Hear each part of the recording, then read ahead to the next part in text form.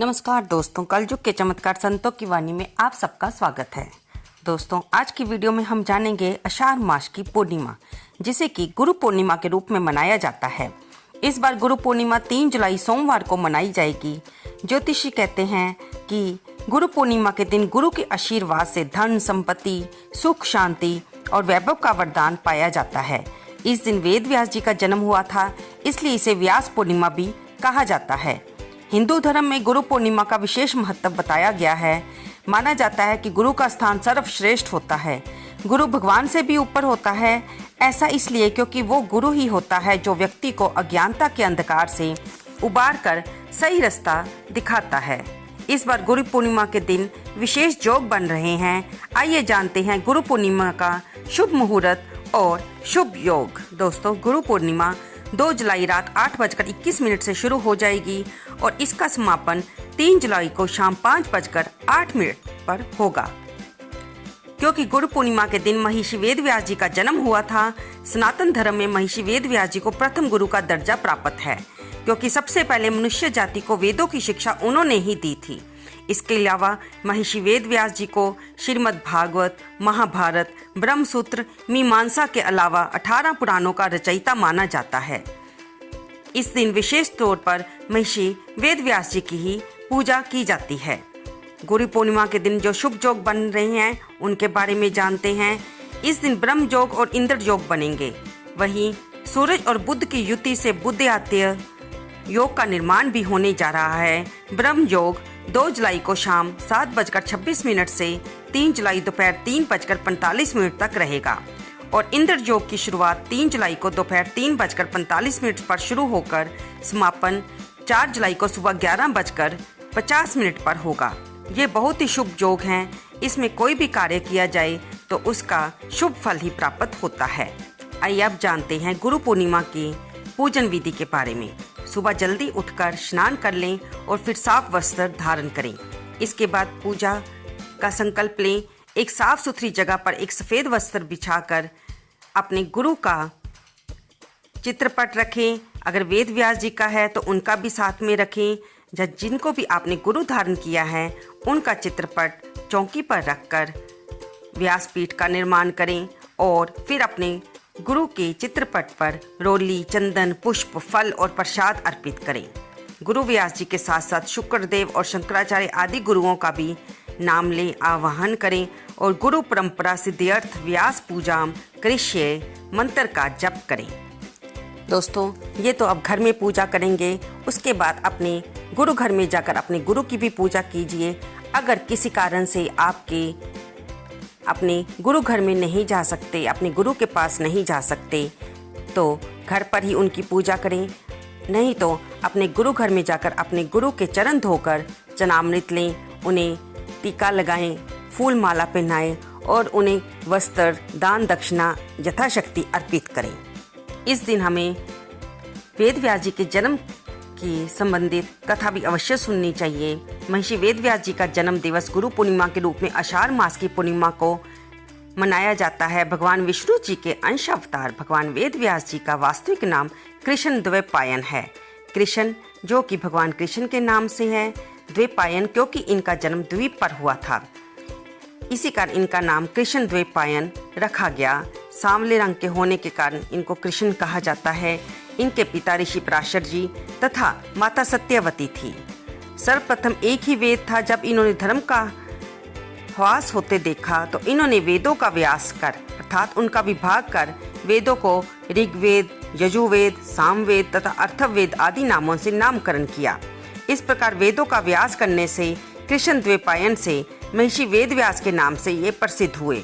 महर्षि वेद व्यास जी ने इसके अलावा वेदों को अर्थ को लोगों को व्यवहार में समझाने के लिए पंचम वेद के रूप में महाभारत ग्रंथ के अलावा 18 पुराणों के रूप में अद्वितीय वैदिक धर्म ग्रंथों की रचना की। इस प्रकार समस्त वैदिक ज्ञान निधि को एक सूत्र में पिरोने वाले सूत्रधार महर्षि वेद व्यास जी पावन जयंती गुरु पूर्णिमा संपूर्ण भारतवर्ष में उल्लासपूर्वक मनाई जाती है। भगवान वेद व्यास जी ने अपनी तपस्या एवं ब्रह्मचर्य की शक्ति से सनातन वेद का विस्तार करके इस लोक पावन पवित्र इतिहास का निर्माण किया है। जब इन्होंने मन ही मन महाभारत की रचना कर ली, तब इन्होंने विघ्नेश्वर गणेश जी से प्रार्थना की कि आप लेखक बन जाइए, मैं बोल कर लिखाता जाऊंगा।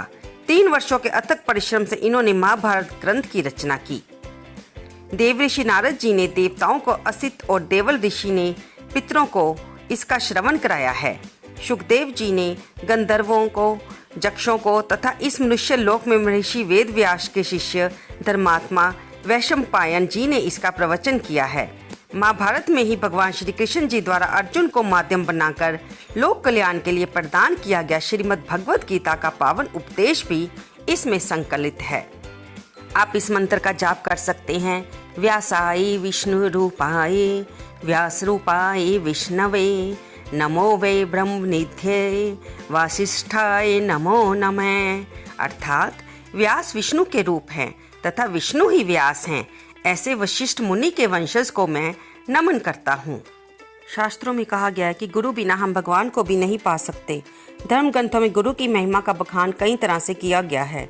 गुरु के सम्मान में हर साल आषाढ़ पूर्णिमा पर गुरु पर्व मनाया जाता है। इसे गुरु पूर्णिमा कहते हैं। ये गुरु के प्रति आभार व्यक्त करने का दिन होता है, क्योंकि गुरु ही शिष्य का मार्गदर्शन करते हैं और वे ही जीवन को ऊर्जामय बनाते हैं। गुरु के बिना ज्ञान और मोक्ष दोनों ही प्राप्त करना असंभव है। गुरु पूर्णिमा पर वेद व्यास जी के जन्म के बारे में तो हम जान गए। अब हम जानते हैं कि गुरु पूर्णिमा का महात्मा बुद्ध से भी खास संबंध है। गुरु पूर्णिमा को बौद्धों द्वारा गौतम बुद्ध के सम्मान में भी मनाया जाता है। बौद्ध धर्म के अनुयायियों का मानना है कि गुरु पूर्णिमा के दिन ही गौतम बुद्ध ने भारतीय राज्य उत्तर प्रदेश के सारनाथ नाम की जगह पर अपना पहला उपदेश दिया था। आइए अब हम जानते हैं कि गुरु पूर्णिमा पर कौन से उपाय हमें करने चाहिए, जिससे व्यक्ति समस्त कष्टों से मुक्त हो जाता है और साथ ही जन्म कुंडली के दुष्ट ग्रहों के प्रभाव से भी मुक्त हो जाता है। हमें गुरु पूर्णिमा को माँ लक्ष्मी की आराधना करना विशेष लाभप्रद रहता है। इस दिन सुबह जल्दी उठकर ब्रह्म मुहूर्त में भगवान विष्णु और माँ लक्ष्मी की पूजा करें। माँ लक्ष्मी के महामंत्र का तुलसी की माला पर जाप करें। ओम श्रीम ह्रीम क्लीम ऐम ओम स्वाहा। ये उपाय इतना अधिक शक्तिशाली है कि इससे मात्र 15 दिनों में धन संबंधी सभी समस्याएं समाप्त हो जाती है। पूर्णिमा के दिन पानी और दूध को एक साफ बर्तन में डालकर सिरहाने रखकर सोएं। अगले दिन सुबह इस पानी और दूध को कीकर के वृक्ष में जड़ में डाल दें। इससे कुंडली में बने हुए अशुभ योग दूर होते हैं। राहु और केतु भी शुभ फल देने लगते हैं। यदि किसी व्यक्ति की जन्म कुंडली में चंद्रमा अशुभ प्रभाव दे रहा हो तो उसे पूर्णिमा पर चंद्रमा से संबंधित वस्तुएं यानी सफ़ेद फूल, सफ़ेद कपड़े, चावल, चीनी, दही आदि का दान करना चाहिए। इससे चंद्रमा का अशुभ प्रभाव दूर होगा और माँ लक्ष्मी की भी कृपा प्राप्त होगी।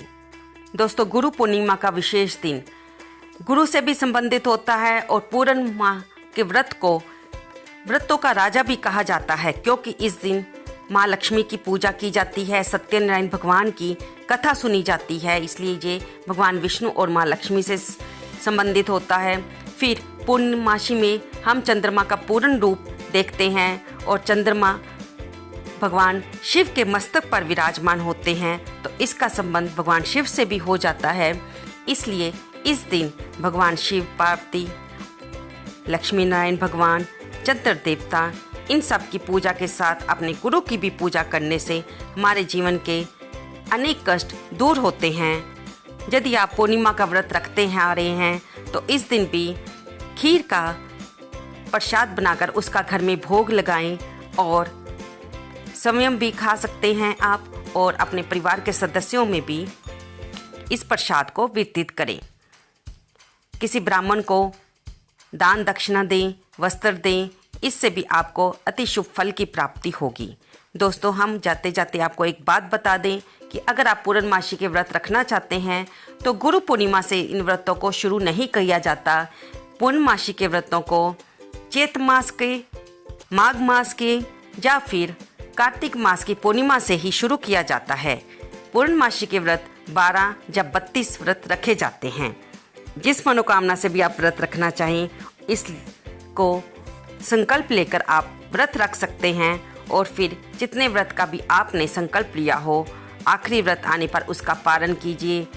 ब्राह्मणों को दान दक्षिणा दीजिए, वस्त्र दान कीजिए, जो भी आप यथाशक्ति दान कर सकें अपने व्रत को संपूर्ण करें।